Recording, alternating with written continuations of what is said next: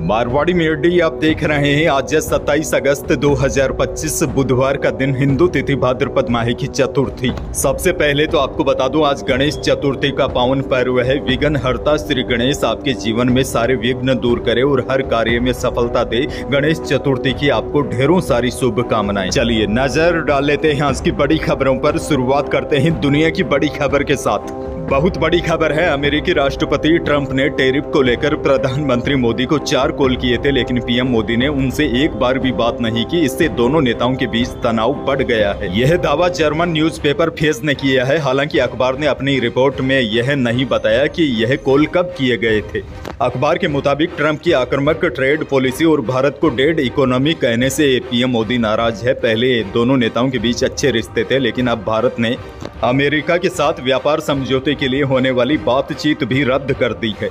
आगे बढ़ेंगे। देश की एक और बड़ी खबर। 26 अगस्त को पीएम मोदी ने गुजरात के हंसलपुर में ई विटारा को एक्सपोर्ट के लिए फ्लैग ऑफ किया। यह मारुति की पहली इलेक्ट्रिक कार है और बड़ी बात यह है, यह गाड़ी पूरी तरह से भारत में बनी है और इसे 100 से ज्यादा देशों जैसे यूरोप और जापान में भी निर्यात किया जाएगा। पीएम मोदी ने कार्यक्रम के दौरान लोगों को संबोधित करते हुए कहा कि आज मेक इन इंडिया में एक नया अध्याय जुड़ गया है।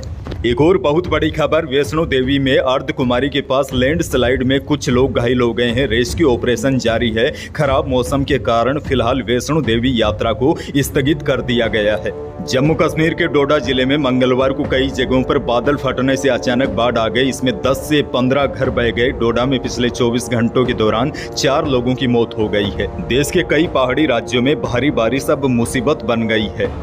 आगे बढ़ेंगे। क्रिकेट प्रेमियों के लिए बड़ी खबर। एशिया कप को लेकर फैंस बेसब्री से इंतजार कर रहे हैं। 9 सितंबर से टूर्नामेंट का आगाज होने वाला है, जहां पहले मैच में अफगानिस्तान और हांगकांग की भिड़ंत तो होगी। टूर्नामेंट में कुल 8 टीमें मैदान पर पसीना बहाती नजर आएगी। ऐसे में टूर्नामेंट के शुरू होने से पहले अब तक 6 टीमों ने अपने स्क्वाड का भी ऐलान कर दिया है। वैसे आपको बता दूं, ग्रुप ए में इंडिया, पाकिस्तान, ओमान शामिल है। वहीं ग्रुप बी में अफगानिस्तान, बांग्लादेश और हांगकांग शामिल है, जबकि 2 टीमें यूएई और श्रीलंका फिलहाल बाकी है। बहरहाल आगे बढ़ेंगे। राजस्थान से बड़ी खबर। राजस्थान के धौलपुर जिले से वैष्णो देवी माता के दर्शन के लिए गए 5 युवक जम्मू कश्मीर में भारी बारिश के बीच हुए लैंडस्लाइड में बह गए। जानकारी के मुताबिक 2 युवकों ने जैसे तैसे एक पेड़ के सहारे अपनी जान बचाई। हालांकि उनके साथ वैष्णो देवी गए 3 अन्य लोग लैंडस्लाइड के साथ आए पानी के तेज बहाव में बह गए। उधर मौके पर राहत बचाव कार्य के लिए पहुंची टीमें तीनों युवकों की तलाश शुरू कर दी है। आगे बढ़ेंगे। बड़ी खबर। कांग्रेस नेता अशोक गहलोत ने कहा है कि राजस्थान में डबल इंजन सरकार पूरी तरीके से फेल हो गई है। पूरे प्रदेश में किसान यूरिया और डीएपी की कमी से परेशान है, परंतु सरकार का ध्यान इस ओर बिल्कुल नहीं है। गहलोत बोले, भरतपुर में 8-8 घंटे तक किसान लाइन में लगे रहते हैं, पर यूरिया नहीं मिल पा रही है। आगे बढ़ेंगे। बड़ी खबर। राजस्थान क्रिकेट संघ ने राज्य में क्रिकेट के विकास के लिए बड़ा कदम उठाया है। आरसीए हेडोक कमेटी के संयोजक डीडी कुमावत ने घोषणा की है कि राज्य के सभी 33 जिला क्रिकेट केंद्रों पर आधुनिक क्रिकेट स्टेडियम बनाए जाएंगे। इस पहल का उद्देश्य युवा खिलाड़ियों को बेहतर सुविधाएं देना और क्रिकेट को हर जिले में बढ़ावा देना है। इस कदम से प्रत्येक जिले के युवा क्रिकेट खिलाड़ियों को उच्च स्तर का प्रशिक्षण और प्रदर्शन करने का मौका मिलेगा। एक और बड़ी और काम की खबर दे दूं। राजस्थान से चलने वाली 6 ट्रेनें सितंबर में रद्द रहेगी। इसके साथ ही 12 आंशिक रद्द तो 7 का रूट बदला गया है। इनमें जयपुर से श्रीनगर के बीच चलने वाली स्पेशल ट्रेनें भी शामिल है। 19 और 20 सितंबर को यात्रियों को असुविधा हो सकती है। उत्तर पश्चिमी रेलवे के मुख्य जनसंपर्क अधिकारी शशि किरण ने बताया कि अगले महीने बीकानेर मंडल के सादुलपुर यार्ड में संपार फाटक संख्या A142 और रेल अंडरब्रिज निर्माण कार्य और दूधवा अखाड़ा आसलू स्टेशन के बीच तकनीकी कार्य किया जाएगा। इसके लिए ब्लॉक लिया जा रहा है। इस दौरान कई ट्रेनों का संचालन प्रभावित रहेगा। आगे बढ़ेंगे। बड़ी खबर। जैसलमेर में 20 साल के युवक ने हौद में कूदकर अपनी जान दे दी। हौद के पास एक लेटर भी मिला है। नागौर सांसद हनुमान बेनीवाल के नाम लिखे लेटर में उसने पुलिस पर गंभीर आरोप लगाए हैं। लेटर में लिखा है कि जोधपुर का एक युवक उसे धमकियां दे रहा है और उसे जीने नहीं दिया जा रहा है। और लेटर में लिखा है कि इसमें फलोदी के मतोड़ा थाना की पुलिस भी शामिल है। उसका शव घर में बने हौद में मिला था। युवक आरएलपी का कार्य करता था। बहरहाल आगे बढ़ेंगे। बीकानेर से बड़ी खबर। चोरों ने किसान के घर में 51 लाख रुपए की ज्वेलरी चुरा ली। पुलिस को 2 चोरों की खिड़की में घुसने का अंदेशा है। बताया जा रहा है कि किसान और उसकी पत्नी घर में ही सो रहे थे। इसी दौरान देर रात चोर घुसे और लोहे की संदूक के ताले तोड़कर ज्वेलरी ले गए। मौके पर डॉग स्क्वाड और एफएसएल की टीमों ने सबूत जुटाए हैं। मामला बीकानेर के दंतौर थाना इलाके का देर रात का है। दंतौर एसएचओ जेठाराम मेघवाल ने बताया कि किसान मनीराम डारा के घर 40 तोला सोना और 31 तोला चांदी की चोरी हुई है। जब चोर घुसे तो दोनों पति पत्नी घर में अकेले ही थे। उनके दोनों बेटे फौज में है। अब इस घटना के बाद पुलिस चोरों की खोजबीन में जुट गई है।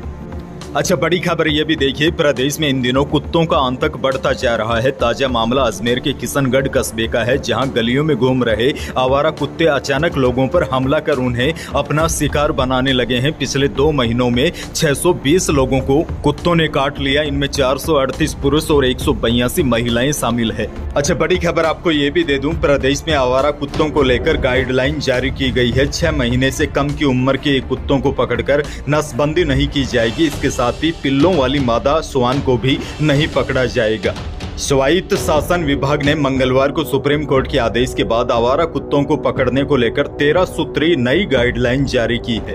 और बड़ी जानकारी यह है, इसकी पालना नहीं करने पर विभाग के अधिकारियों और कर्मचारियों के खिलाफ सख्त एक्शन होगा। एक और बड़ी खबर, राजस्थान के मुख्यमंत्री भजन लाल शर्मा ने अपने आवास पर आयोजित विधायक संसद संवाद बैठक में भाजपा नेताओं और कार्यकर्ताओं को एकजुटता का स्पष्ट संदेश दिया। बैठक में आगामी पंचायत और निकाय चुनाव की रणनीति पर भी विस्तृत चर्चा हुई। तय किया गया कि संगठन के प्रति निष्ठावान और समर्पित कार्यकर्ताओं को ही टिकट दिया जाएगा। मुख्यमंत्री ने स्पष्ट किया है कि यह चुनाव केवल जीत के लिए नहीं, बल्कि संगठन को गांव-गांव तक मजबूत करने का एक सुनहरा अवसर है।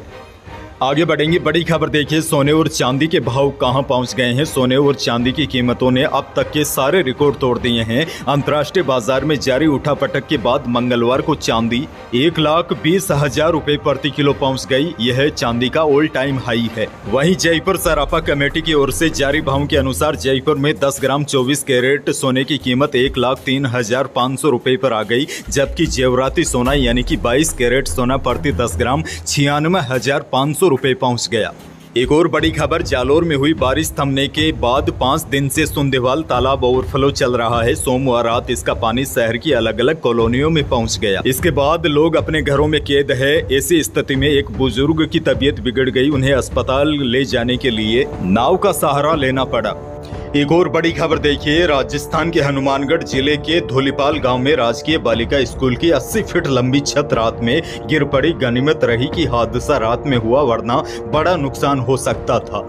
अंत में मौसम को लेकर भी बहुत बड़ी जानकारी आपको दे दूं, प्रदेश में अब बारिश का दौर काफी धीमा पड़ गया है। हालांकि मंगलवार को अलवर, जोधपुर, सीकर, जैसलमेर और कोटपुतली, बहरोड में कहीं कहीं पर हल्की से मध्यम और कहीं पर तेज बारिश हुई। बांसवाड़ा की भूंगड़ा में 6 इंच बारिश हुई। दौसा, अलवर, प्रतापगढ़ समेत कई जिलों में 1 से 3 इंच तक पानी बरसा। जैसलमेर के रामदेवरा में भारी बारिश से जल भराव हो गया। इससे श्रद्धालुओं को काफी ज्यादा परेशानी का सामना करना पड़ा। वहीं तालाब की पाल की सीढ़ियों की दीवार भी गिर गई। जालोर में नदी में डूबने से 2 लोगों की मौत हो गई। और बारिश की वजह से भीलवाड़ा के रायला कस्बे में भी एक सरकारी स्कूल का कमरा भर भराकर गिर गया। कमरा पहले से ही सील था। इधर टोंक और बूंदी जिले में स्कूलों में आज 27 अगस्त को भी छुट्टियां घोषित की गई है। अब देखिए, मौसम विभाग के ताजा अपडेट के अनुसार आज 27 और कल 28 को केवल झालावाड़, प्रतापगढ़, डूंगरपुर और बांसवाड़ा में ही बारिश की संभावना है। हालांकि फिलहाल प्रदेश के ऊपर मानसून सक्रिय है। ऐसे में लोकल वेदर सिस्टम बनने की भी संभावनाएं रहती है। ऐसे में प्रदेश के बाकी हिस्सों में भी हल्की बारिश की गतिविधियों से इनकार नहीं किया जा सकता। बड़ी जानकारी यह है, अब प्रदेश के अधिकांश भागों में भारी बारिश की संभावना काफी कम है। तो यही थी प्रदेश और देश की आज की कुछ बड़ी और महत्वपूर्ण खबरें। वीडियो को लाइक करना बिल्कुल न भूलिए और चैनल पर नए हैं तो सब्सक्राइब जरूर कीजिए, ताकि आप अपडेट रहे बड़ी और काम की खबरों से। धन्यवाद।